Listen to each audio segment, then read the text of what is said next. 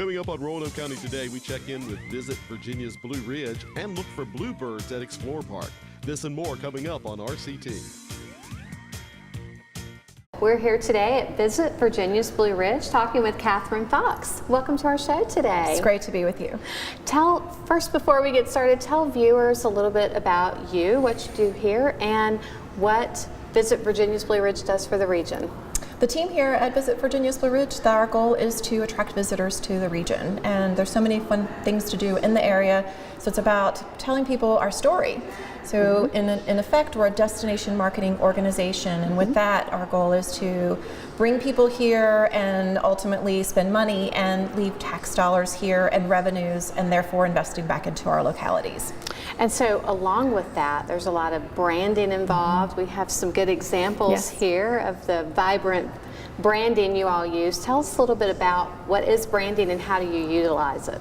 So it's important that the Roanoke area and the Roanoke Valley is stated as a way that we all know it, but people outside the area don't necessarily know where Roanoke is located. So a couple of years ago we did some research, and the research showed us that people knew where the Blue Ridge Mountains are, the Blue Ridge Parkway, are all pretty much nationally and internationally known. But how can we resonate that with people to know exactly where we're located? They might know where Virginia Tech is located or Smith Mountain Lake, but they weren't exactly sure where we're located. So calling ourselves and branding ourselves Virginia's Blue Ridge gives people an opportunity to know that we're one of the largest metropolitan areas on the Blue Ridge mountain chain, and it gives people an anchor, and it also builds this vision of the Blue Ridge Mountains and how beautiful they are. So in that respect, we changed our branding to Virginia's Blue Ridge. It seems to be resonating very well with folks, and really starts to put us in and locate us here in the western side of Virginia. And now take us back to that original launch. When was that, and what was all the feedback that you received? So during the research, it started to really probably come more and more in line with the fact that as we represent Roanoke County and Salem and Botetourt County and Franklin County and the city of Roanoke, that the research was saying to have an overall name, the name seemed to resound much more clearly with Virginia's Blue Ridge, and that was about 2011. So when we did focus studies and we did different types of surveys, it really came up that this was going to work extremely well. So all the communities, they said, yes, this is a great way to brand our region, and it really has helped us in getting people from outside of the area to know where we're located. And now we're at phase 2. So tell us a little bit about that launch, what's involved in it. We are looking to freshen up the brand, to give it a new look, to really start to give people an opportunity to kind of sense the area and what we have, and just really focus in on staking our claim. So a year ago, we went through this process of becoming a mountain bike destination, or a silver level ride center. So that's been exciting because we're one of 15 in the world through the International Mountain Bicycling Association. It's really designated our region as an outdoor destination in many ways, not just for mountain biking, but all the greenways and Explore Park, and becoming a destination attraction off of the Blue Ridge Parkway. So that really started to help us stake our claim.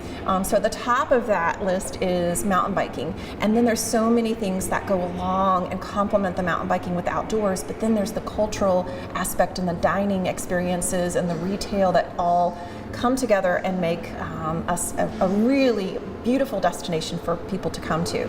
So with that, we've started building creative around that message, and that's where we are through our phase 2 brand launch. It's still not quite, it's about 99% of the way there, but the launch is actually happening in the 1st of April. So you'll start to see some of that creative pretty soon. A lot of exciting things to see, certainly. And how will residents and visitors start seeing that new brand? So within that brand, in the phase 2, we've come up with video, and it's pretty much shapes our message, and it's very upbeat. It's very vibrant and colorful, and it really starts to showcase our region. I think much more so than people realize what we really have to offer here in Virginia's Blue Ridge. So we're going to really highlight that in a big way through this video, and then we're going to pare it down a little bit. So you'll see it through some of our local media outlets. We'll start to resonate that a bit.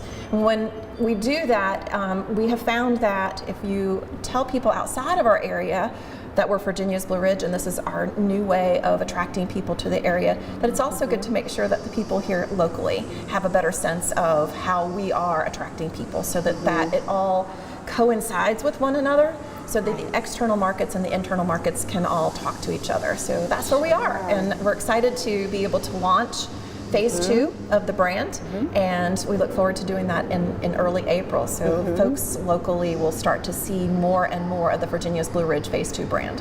And I've seen a little sneak peek of that video, and it's quite amazing. It really showcases all of the wonderful things that we have here. So. It's, you know, sometimes we have a tendency as residents to forget all the things as you put them all into a beautiful segment that really highlights us. It really starts to get you excited and very proud of where we live. And what results are you hoping to get after this launch? So after this launch, I think what we want to do is heighten the visibility through the phase 2 brand launch. Attract more people to the area that had never maybe considered Roanoke or Virginia's Blue Ridge as a mountain vacation destination. Right. So it's really starting to build local awareness through friends and family, which is sometimes our biggest word of mouth and the way to attract people to this region. So local people will really start to resonate more with more product. I mean, there is more product than ever before, from craft breweries to retail and restaurants, and Explore Park is really doing so much of that as part of the camping elements, and what will be the ropes course and zip lines and mountain biking down the road. So having Explore Park open year round is another opportunity for us to showcase the region in a longer time frame, all the seasons, and we just think that this is really starting to come into being, that this area is becoming more and more of a destination. So we think we'll see more people putting Roanoke and Virginia's Blue Ridge on their radar and looking at us for a vacation destination. That's great. We certainly have a lot of things in this region for people to come to see and do, so it's really exciting. And if people are looking for more information, where can they go? So there's a lot of ways to check us out. Social media is one. We are on Instagram, we are on Facebook, we are on Twitter as well. Those are probably our major platforms, but obviously the website is where we drive everyone to visit vbr.com. We have a blog that comes out with regular features of what's happening in the region, and that's probably the prime way of doing that. Or even our visitor center that's open 7 days a week, year round in downtown Roanoke. Isn't there a newsletter people can sign up for as well? Yes, absolutely. There is an e-newsletter, a consumer e-newsletter that we send out to folks who are interested in various things. If they're interested in outdoor, we have an outdoor e-newsletter. We might have a arts and culture e-newsletter that goes out, or friends and family or family outdoor e-newsletter. So there's a lot of things that people can resonate with and get something more on a regular basis. Right. What's fun is that the number one thing that people come to our website for in many ways is our calendar of events. We have a calendar for visitors, and it's specific to visitors. Our guidelines are such that would this event attract a visitor? So when people are looking to plan their events, they can work around those. Or if people are looking to plan a vacation, or when they have friends and family come and visit, they can look at this event calendar and really get a lot of good information. Right, so very useful tool. I use it all the time, so I encourage people to certainly go there and sign up for a newsletter as well. Absolutely, we appreciate that. Well, there's a lot of exciting things going on here. Looking forward to the Phase 2 brand launch. So I hope we'll be back to visit with you and the team here in the future and see how things are going. Absolutely, we look forward to that. Sure, and thanks for joining us today. Thanks for having me. My name is Brian Klingenpeel, and I'm the Community Outreach Coordinator for Roanoke County Fire and Rescue. It has certainly been wet in our area for the past year, and that trend is seemingly going to continue. Of course, we also live in a valley, which means that when it rains, it runs down the mountains and can potentially start to fill up the valley, making us more prone to flooding around here. So let's take some time to review some flooding safety reminders. So I think one of the important things to start with is the difference between a flood watch and a flood warning that might be issued by the National Weather Service. A flood watch simply means that conditions are favorable for flooding. You should be prepared and know that it could happen, but it also may not happen. A flood warning is much more serious. It means to take action. Oftentimes a flood warning is issued when flooding is imminent or is already occurring. A flash flood warning also means to take action. It is issued when a flash flood is imminent or occurring. If you're in a flood-prone area, you should move immediately to high ground. A flash flood is a sudden violent flood that can take from minutes to hours to develop. It's even possible to experience a flash flood in an area that isn't immediately receiving rain. Now that we know the difference between a flash flood watch and a flood warning, let's talk about some safety actions that we can take during a flood. First of all, it's very important to stay informed. Water levels and the rate of the water flow can quickly change. So you should listen to radio and television, including NOAA Weather Radio if possible. Check the internet and social media for information and updates. Secondly, get to higher ground. If you live in a flood-prone area or are camping in a low-lying area, get to higher ground immediately. Also, obey evacuation orders. If told to evacuate, do so immediately. Lock your home when you leave, and if you have time, disconnect utilities and appliances. Also, you should practice electrical safety. Don't go into a basement or any room if water covers the electrical outlets or if cords are submerged. If you see sparks or hear buzzing, crackling, snapping, or popping noises, get out. Stay out of water that might have electricity in it. In fact, it's generally a good idea just to avoid floodwaters altogether. Don't walk through floodwaters. It only takes 6 inches of moving water to knock you off your feet. If you're trapped by moving water, move to the highest possible point and call 911 if you can. Do not drive into flooded roadways or around a barricade. Turn around, don't drown. Water may be deeper than it appears and can hide hazards such as sharp objects, washed out road surfaces, electrical wires, and chemicals. A vehicle caught in swiftly moving water can be swept away in seconds. 12 inches of water can float a car or a small SUV, and it only takes 18 inches of water to float larger vehicles. Roanoke County Fire and Rescue wants you and your family to be safe during these spring months when we typically see a lot more rain. So please be weather aware. If you would like more information about these safety tips or any others, please feel free to call me at 540-777-8718, or you can find us on the web at roanokecountyva.gov/fire rescue. My guest today is Chris Beaver, our Director of Management and Budget for Roanoke County. Welcome to our show. Thank you, Amy. Glad to be here. Well, it's budget season, and we always like to talk with you and see how things are going with the budget. So tell us a little bit about the process. Sure. There's an internal process which kicks off in September when we begin developing our capital budget. That really goes through about to the end of the calendar year. And then after the calendar year, we get into the more external budget process where the documents are released. We begin having conversations with the Board of Supervisors. We proposed our capital budget on January 22nd. The county administrator will propose his operating budget on March 12th. And then we have a couple of months of work sessions and public hearings, culminating with adoption of the budget on May 28th this year. So it's quite a lengthy process. It is a very lengthy process, yes, but it's a very important document, and Absolutely. it helps state the Board of Supervisors' policy priorities. Right. Are there any particular items worth noting in this year's budget? Well, Amy, this budget will probably be a status quo budget. We do have some revenues, but we also have expenditures that keep going up as well. So we're working to get that balanced right now. I will say that the most important asset we have in delivering services is our employees. So it's very important to our county administrator that we look at compensation adjustments for our employees this year. So we're working hard to develop a budget with the current tax rate that also manages to compensate our employees fairly.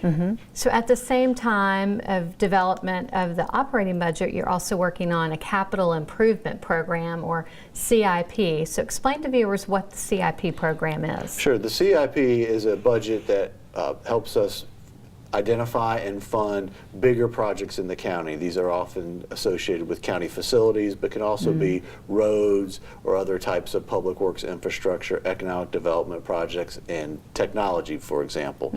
Oftentimes you need to plan ahead for these projects and figure out how to finance the projects as well. So the CIP really gives us a long-term look at what our capital needs are in the county and how we're going to pay for them. It also helps represent a statement of board's priorities, our board's priorities related to these projects. Okay, so there's a lot of work that goes into development of two programs. So Certainly, and as I mentioned, the CIP has already been proposed. That was proposed on January 22nd, and that document is out there on our website for the public to look at. Okay, great. I was going to ask, what are some specific dates that are coming up that people might want to be aware of? Sure. March 12th is when we propose, the county administrator will propose the operating budget. Then we have public hearings scheduled for April 9th and May 14th. And these are this is a chance for any citizen or anybody really to come and speak on anything in the budget process. So these are part of the regular meeting. Anybody can sign up to speak on any topic they want with the budget. We also have a series of work sessions in March and April with the Board of Supervisors where we really dig into what's in the budget so they understand what's in there, and then they can make changes if it's so necessary after the county administrator proposes. Then on May 14th, we have our first reading, and May 28th, second reading and adoption of the fiscal year 2020 operating budget. Okay, and you mentioned a couple of ways there that people can be involved in this process. They can attend the board meetings, and there's public hearings involved, but also anything online people could look at. Absolutely. We put everything online. We put all of our documents online. So as I mentioned, our CIP document is already online on the management and budget page of the Roanoke County website. When the operating budget is proposed, that will be online. We put all of our work sessions online. So we've been having work sessions since the fall. Those are all online. Budget memorandums we provide to the Board of Supervisors based on specific questions.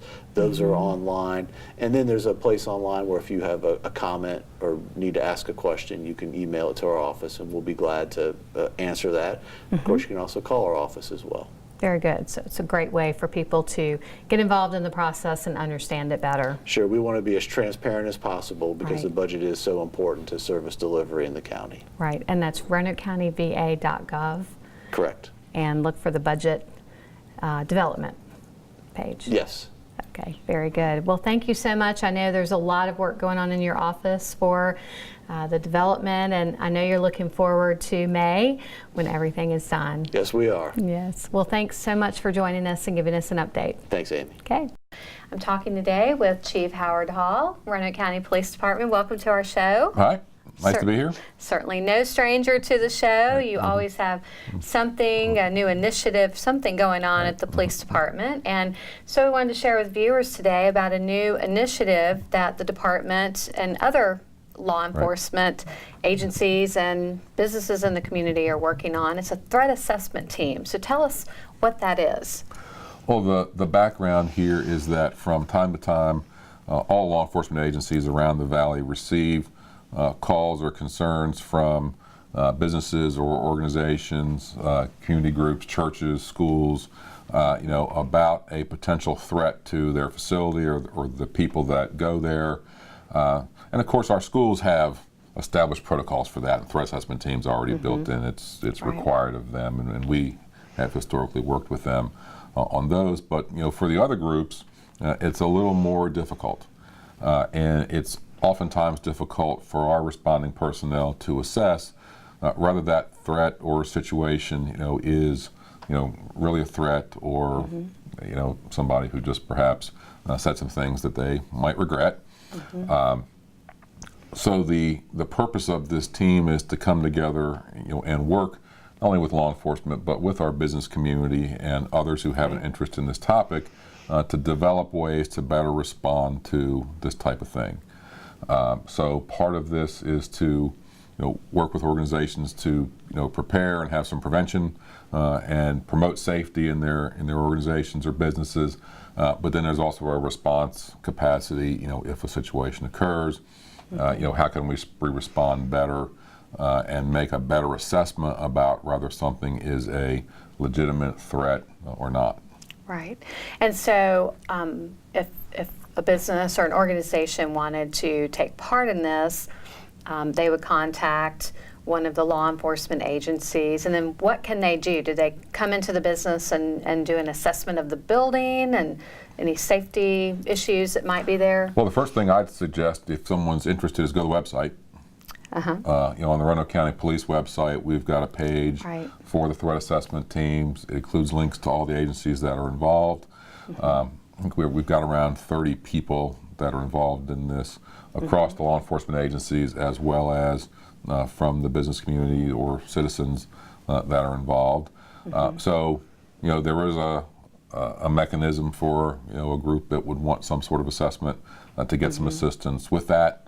As well as dealing with a specific incident, essentially help them prepare to handle, because a threat can come from a variety of things. Sometimes it's a disgruntled employee or an employee who's been terminated. Sometimes it's a threat that's on an individual that's occurring from outside of whatever's going on in the business or organization. And domestic violence is a good example of that. Where a domestic violence offender may know that their victim is, in a certain place, and unbeknownst to anybody else in that area, and that becomes a problem. So we can help them work through and prepare for those sorts of specific threats. And of course, if there is a concerning situation, if there's a threat, we always want somebody to call 911. Sure. So that we can get somebody out there to immediately assess. But then, this group can help an organization work through how to handle. We can't give them legal advice. We can't make human resource decisions for them, but we can help with assess, the level and severity of what might be happening. So it's a good preparedness tool for Absolutely. businesses. Right. Okay. Unfortunately, particularly a small business, this is not something that they're generally thinking about. Right. In the day-to-day work of running their business and trying to serve their customers, they're not thinking about this bad thing that could happen. But in this day and age, it's important to think those things through, and that's part of the purpose of having this group. Sure. And I think, if I recall, on the website, there are some forms that people can look at to fill out to help in the assessment. Right. And then there's contact information on how to get in touch with the team. Okay. And it's the local law enforcement agencies. So yes. Roanoke County Police, Roanoke City Police, Salem Police, Vinton Police.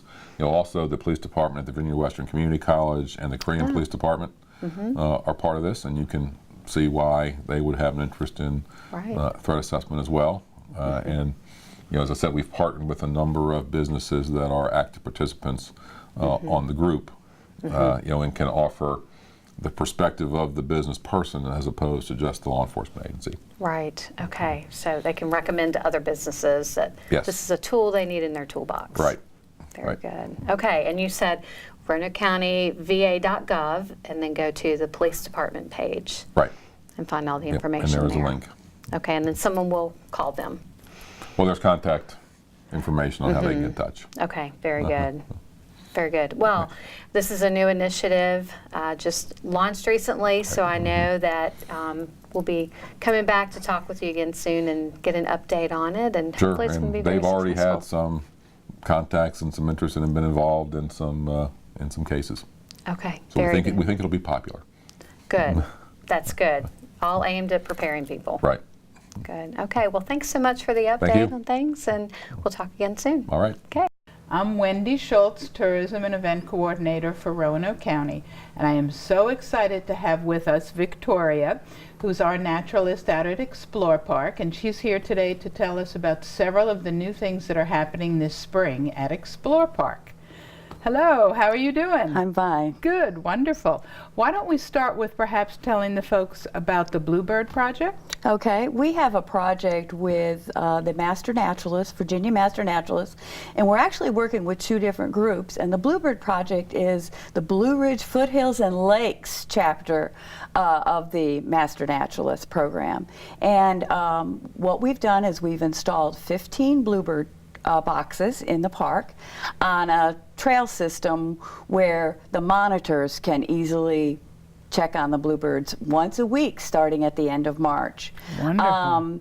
Bluebirds are cavity nesters, and it's important that we provide homes for them because of so many habitat loss and stuff like that. Right. So once a week starting in at the end of March, excuse me, they will be monitors checking and seeing if there's babies and things like that. So it is on a regular trail, but we ask people that are hiking there just to observe and not touch the boxes and stuff like that. But hopefully we'll get bluebirds nesting there. Wonderful. Now why don't you start to also tell us something about the new backpack program that's in development for the Right. park. The backpack program is another Master Naturalist program. I love my volunteers. Yes. And this is the Roanoke Master Naturalists that have taken on the backpack program.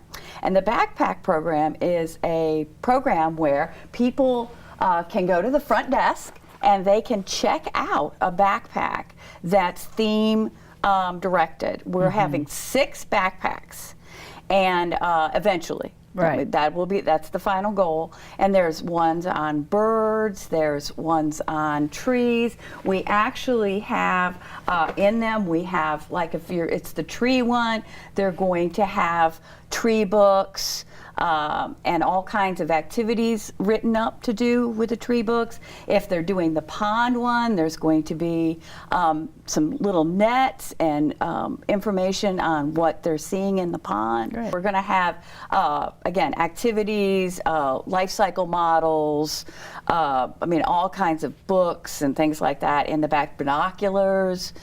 So it's going to be packed with pretty much everything you need to do a really good study and observation of the topic you've picked. And in fact, the topics we have are going to have our trees, wildflowers and pollinators, pond life as well, which includes aquatic insects, animals in general that live in the park, and then nature and weather, and birds. Now tell me a little bit about the wild things. There's lots of excitement about the wild things. Well, actually, I've been doing the wild things for a while. You have, that's true. But now, now that the park is ramping up with camping and all kinds of other special things going on, people are getting more excited about the Wild Things. Wild Things is the second Saturday of every month in the spring and summer. And maybe a little bit into the fall. But each month we have a different topic that's seasonal. Like in March, I'm doing frogs, toads, and salamanders because it's the beginning of the breeding season and things like that. So we'll have that at the park. And then the following month... Excuse me, but folks meet at the visitor center at what time? The Wild Things is always from 1 to 3 at the visitor center. Great. And that is a free program. It is a free program, and what it is it's not a workshop, it's not a hike, it's information. So you can stop by any time between 1 and 3. Perfect. And you have done a fabulous, because I've been there when the program's been going on, and it's very, very well received. Yeah, you do a fabulous job. Yeah, it seems to be well received. Great. But different topics every month. Fabulous. Well, thank you so much for coming and letting us know a few of the new things that are happening at the park. And we're just so excited. Again, there's so much going on this spring. Please be sure to check our website, www.explorepark.org, to get all the information about everything upcoming at Explore Park.